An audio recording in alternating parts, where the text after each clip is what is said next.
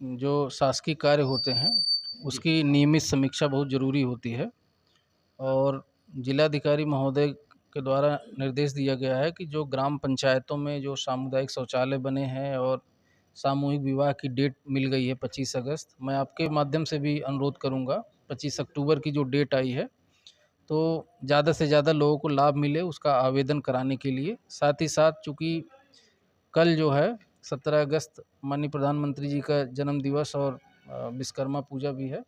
उसी उपलक्ष्य में जो है स्वच्छता और सेवा पखवाड़ा करके एक आयोजन होना है और सभी ग्राम पंचायतों में साफ-सफाई इत्यादि है। उसी के लिए सभी को बुलाया गया था निर्देश देने के लिए कि उसका कड़ाई से अनुपालन कराएँ। सर, नीचे आपके अंतर्गत कई ऐसे गांव हैं जहां सामुदायिक शौचालय वैसे बंद पड़े हुए हैं।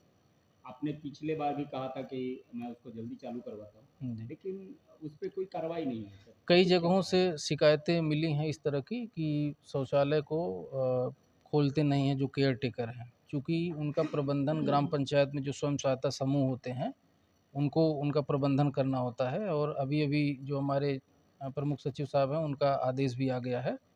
तो उसी क्रम में इन सबको वही निर्देश दिया गया है कि अगर कोई केयर टेकर काम नहीं कर रहा है, तो आप जो वहाँ कार्य करने के इच्छुक हों, उनको लगाते हुए सामुदायिक शौचालय को जो नियम है, नियम अनुसार उसको खुलवाने की कार्रवाई करेंगे और अगर कहीं इस तरह की शिकायत पाई जाती है, तो निश्चित रूप से दंडात्मक कार्रवाई की जाएगी। सर, कई ऐसे सचिव साहब लोग हैं जो चालू ही नहीं करवाए हैं और भुगतान हो गया है, कहीं टोटियाँ नहीं हैं, तो कहीं बिजली की व्यवस्था नहीं है, तो कहीं सीट नहीं बैठे हैं, तो कहीं बहुत गंदगी है। तो क्या आप मानते हैं कि सचिव साहब की गलती है?